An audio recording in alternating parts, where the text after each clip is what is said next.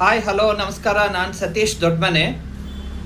ಸ್ನೇಹಿತರೆ, ಇವತ್ತು ಬಹಳ ವಿಶೇಷವಾದ ದಿನ, ಗುರುಪೂರ್ಣಿಮಾ. ನಿಮಗೆಲ್ಲ ಗೊತ್ತಿರೋ ಹಾಗೆ ಮಾತೃದೇವೋಭವ, ಪಿತೃದೇವೋಭವ, ಆಚಾರ್ಯ ದೇವೋಭವ ಹಾಗೂ ಅತಿಥಿ ದೇವೋಭವ ಎನ್ನುವಂತಹ ವಿಚಾರಗಳನ್ನು ನಾವೆಲ್ಲ ತಿಳಿದುಕೊಂಡಿದ್ದೇವೆ. ಅಂದರೆ ನಾವು ಹುಟ್ಟಿದಾಗಲಿಂದ ನಮಗೆ ಮನೆಯೇ ಮೊದಲ ಪಾಠಶಾಲೆಯಾಗಿ ಪರಿಣಾಮ ಬೀರಿದೆ. ನಮ್ಮ ತಂದೆ ತಾಯಿಗಳಿಂದ ಸಾಕಷ್ಟು ವಿಚಾರಗಳನ್ನು ನಾವು ಕಲ್ತಿರ್ತೇವೆ. ಶಾಲೆಯಲ್ಲಿ, ಪ್ರೌಢಶಾಲೆಯಲ್ಲಿ, ಕಾಲೇಜುಗಳಲ್ಲಿ ಗುರುಗಳು ಕೂಡ ನಮಗೆ ಅನೇಕ ವಿಚಾರಗಳನ್ನು ಹೇಳಿಕೊಟ್ಟಿರ್ತಾರೆ. ಕೆಲವು ಸಲ ನಮಗೆ ದಾರಿ ಕಾಣಿಸ್ತಾ ಇದ್ದಾಗ ನಾವು ಗುರುಗಳ ಮೊರೆ ಹೋಗ್ತೀವಿ. ಅವರ ಒಂದು ಸಲಹೆ ಸೂಚನೆಗಳನ್ನು ಕೇಳಿದಾಗ ಅವರು ನಮಗೆ ಉತ್ತಮವಾದ ಮಾರ್ಗದರ್ಶನವನ್ನು ನೀಡಿರ್ತಾರೆ. ಅವರ ಒಂದು ಜ್ಞಾನ ನಮ್ಮ ದೈನಂದಿನ ಕೆಲಸಗಳಲ್ಲಿ ನಾವು ಬಳಸ್ಕೊಳ್ತಾ ನಾವು ಮೇಲಕ್ಕೆ ಬರುವಂಥ ಪ್ರಯತ್ನವನ್ನು ಪ್ರತಿದಿನ ಮಾಡ್ತಾ ಇರ್ತೀವಿ. ಇವತ್ತಿನ ದಿನ ನಾವು ಯಾರಿಂದಲೂ ಏನೆಲ್ಲ ವಿಚಾರಗಳನ್ನು ಕಲ್ತಿರ್ತೀವಿ ಅವರೆಲ್ಲರಿಗೂ ಕೂಡ ಗುರುಗಳ ಸಮಾನರಾಗಿ ಅವರನ್ನು ಸ್ವೀಕರಿಸಿ ಅವರಿಗೆ ಆ ಭಗವಂತ ಆರೋಗ್ಯ, ಐಶ್ವರ್ಯ, ನೆಮ್ಮದಿಯನ್ನು ಕರುಣಿಸಲಿ ಎನ್ನುವ ಒಂದು ಪ್ರಾರ್ಥನೆಯನ್ನು ಸಲ್ಲಿಸ್ತಾ ನಾವು ಇವತ್ತು ಅವರನ್ನು ನೆನೆಸ್ಕೊಳ್ಳೋಣ. ಈ ದಿನ ನಿಮ್ಮ ಜೊತೆ ಇನ್ನೊಂದು ಮುಖ್ಯವಾದ ವಿಚಾರವನ್ನು ಹಂಚ್ಕೊಳ್ಳೋದಕ್ಕೆ ನಾನು ಇಷ್ಟಪಡ್ತೀನಿ.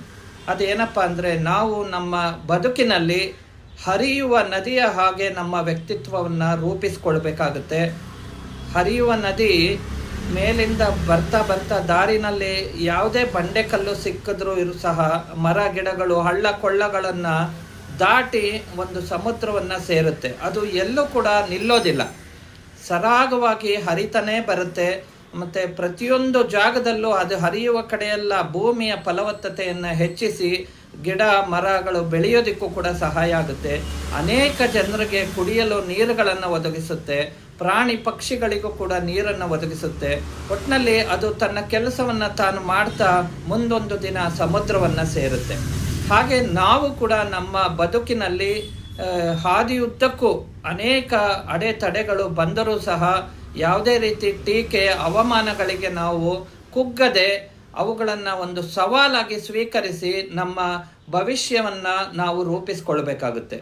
ಒಬ್ಬ ಶಿಲ್ಪಿ ಒಂದು ಬಂಡೆಕಲ್ಲನ್ನು ಕೆತ್ತಿ ಹೇಗೆ ಸುಂದರ ಮೂರ್ತಿಯನ್ನಾಗಿ ಮಾಡುತ್ತಾನೋ ಹಾಗೆ ನಮ್ಮ ಏಳಿಗೆಗೆ ನಾವೇ ಶಿಲ್ಪಿಯಾಗಿ ಕೆಲಸ ಮಾಡಬೇಕಾಗುತ್ತೆ.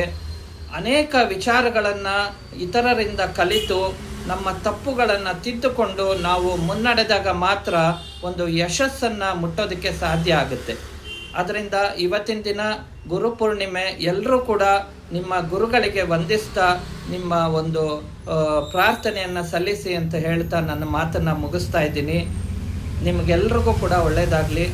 ನನ್ನ ಯೂಟ್ಯೂಬ್ ಚಾನಲ್ ಸತೀಶ್ ದೊಡ್ಡಮನೆ ನೀವು ಇನ್ನೂ ಯಾರೂ ಸಬ್ಸ್ಕ್ರೈಬ್ ಮಾಡಿಲ್ಲ ಅಂದರೆ ಅವುಗಳನ್ನ ಸಬ್ಸ್ಕ್ರೈಬ್ ಮಾಡಿ. ನನ್ನ ವಾಟ್ಸಪ್ ಗ್ರೂಪ್ ಇದೆ, ವಾಮನ ಸತೀಶ್ ಎನ್ನುವ ಹೆಸರಿನಲ್ಲಿ ನಾನು ಫೇಸ್ಬುಕ್ನಲ್ಲಿ ಆ್ಯಕ್ಟಿವ್ ಇರ್ತೀನಿ. ನನ್ನ ವಾಟ್ಸಪ್ ಗ್ರೂಪ್ ಹೆಸರು ಬಂದು ಕರ್ನಾಟಕ ಟೈಕೂನ್ಸ್ ಗ್ರೂಪ್. ಇಲ್ಲಿ ಏನಂದರೆ ನನ್ನ ಒಂದು ಕಮ್ಯುನಿಟಿ, ನನ್ನ ಒಂದು ಸಮುದಾಯವನ್ನು ಬೆಳೆಸುವ ಉದ್ದೇಶದಿಂದ ಈ ಗ್ರೂಪನ್ನ ಮಾಡ್ಕೊಂಡಿದ್ದೀನಿ. ಯಾರೆಲ್ಲ ನಮ್ಮ ಜೊತೆ ಸಂಪರ್ಕದಲ್ಲಿ ಇರ್ತೀರಾ ಖಂಡಿತ ಅವ್ರ ಜೊತೆ ಹೀಗೆ ಪ್ರತಿನಿತ್ಯ ಒಳ್ಳೊಳ್ಳೆ ವಿಚಾರಗಳನ್ನು ಹಂಚ್ಕೊಳ್ತಾ ಇರ್ತೀವಿ.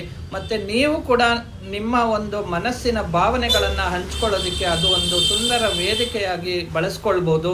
ನಿಮ್ಮಿಂದಲೂ ಕೂಡ ಇತರರು ಸಾಕಷ್ಟು ವಿಚಾರಗಳನ್ನು ಕಲಿಯೋದಿರುತ್ತೆ. ಖಂಡಿತ ನೀವೆಲ್ಲ ನನ್ನ ಜೊತೆ ಕೈ ಜೋಡಿಸ್ತೀರಾ.